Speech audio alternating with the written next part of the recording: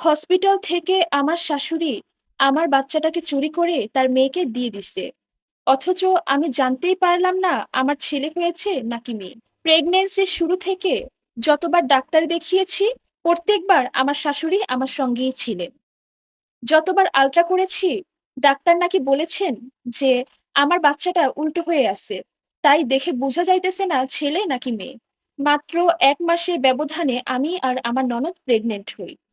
আমার ননদের আগে ৩ টা মেয়ে ছিল। তার পরিবারের সবাই চেয়েছিল এইবার যেন তার একটা ছেলে-বাবু হয়। কিন্তু আমার ননদ একটু ভয়ে ছিল। কারণ তাকে নাকি তার স্বামী বলে দিয়েছে, এইবার যদি ছেলে-বাবু না হয় তাহলে নাকি সে আমার ননদকে আর রাখবে না। যাই হোক, এর ঠিক ১ মাস পর আমি প্রেগন্যান্ট হই। আর এই সংবাদে আমার শ্বশুরবাড়ি এবং বাপের বাড়ি সবাই অনেক বেশি খুশি হয়েছিল। আমি প্রেগন্যান্ট এই কথাটা শুনে আমার ননদ তার ৩ মেয়েকে নিয়ে আমার শ্বশুরবাড়িতে চলে আসে এবং সে জানায় সে তার ট্রিটমেন্ট এই বাড়িতে থেকেই করবে। যাই হোক, আমি সবসময় চাইতাম আমার যেন একটা সুস্থ বাচ্চা হয়। ছেলে কিংবা মেয়ে এটা নিয়ে আমার কোনো সমস্যা নেই। কিন্তু আমার শাশুড়ি সবসময় তার মেয়ের জন্য দোয়া করেছে। যেন তার মেয়ের এইবার একটা ছেলে-বাবু হয়। যাই হোক, প্রেগন্যান্সির ৬ মাস পর্যন্ত যত ডাক্তার দেখিয়েছি, সব রিপোর্ট আমার শাশুড়ির কাছেই ছিল। কিন্তু আমি যদি কখনো শাশুড়ির কাছে রিপোর্টগুলো চাইতাম, সে আমাকে বলত, "বাচ্চাটা সুস্থ আছে আলহামদুলিল্লাহ। তোমাকে রিপোর্ট দেখতে হবে না।" আমার পুরো প্রেগন্যান্সি জার্নিতে শাশুড়ি মা আমাকে খুব যত্ন নিয়েছেন। আমাকে কোনো কাজই করতে দেননি। প্রত্যেক ঘন্টায়, ঘন্টায় এসে শাশুড়ি মা আমাকে খাবার খাইয়ে দিত এবং বলত, "বৌমা, এই সময়টাতে তোমাকে একটু বেশি, বেশি খাবার খেতে হবে। আর তাহলে বাচ্চাটার শরীর স্বাস্থ্য ভালো থাকবে।"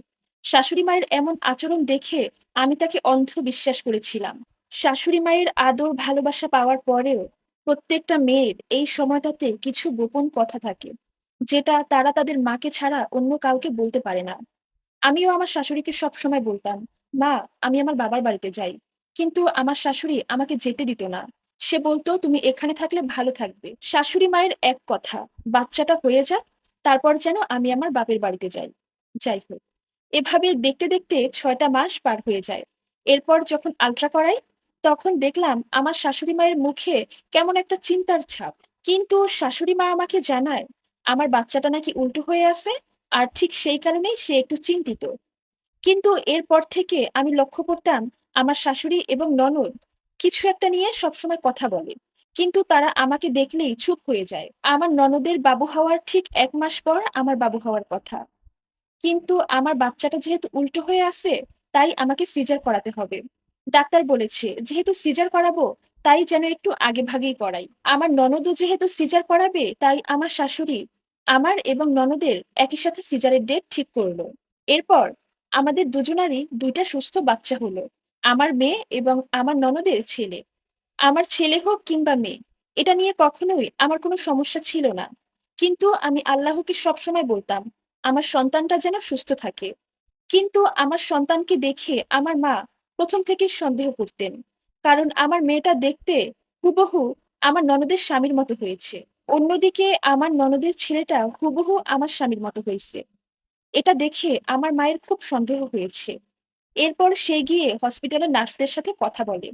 নার্সরা মাকে জানায়, আমার নাকি ছেলে-বাবু হয়েছে আর আমার ননদের মেয়ে-বাবু হয়েছে। কিন্তু আমার মায়ের কাছে তো সঠিক প্রমাণ নেই। সে কিভাবে এই সত্যটা সবার সামনে তুলে ধরবে? এরপর মা আরো কয়েকজন নার্সকে কিছু টাকা দেয়। তখন তারা জানায়, আমার রিপোর্টে আমার বাচ্চাটা নাকি উল্টো হয়ে ছিল না। আমার শাশুড়ি অনেকদিন আগে থেকেই জানতেন যে আমার ছেলে-বাবু হবে আর আমার ননদের মেয়ে।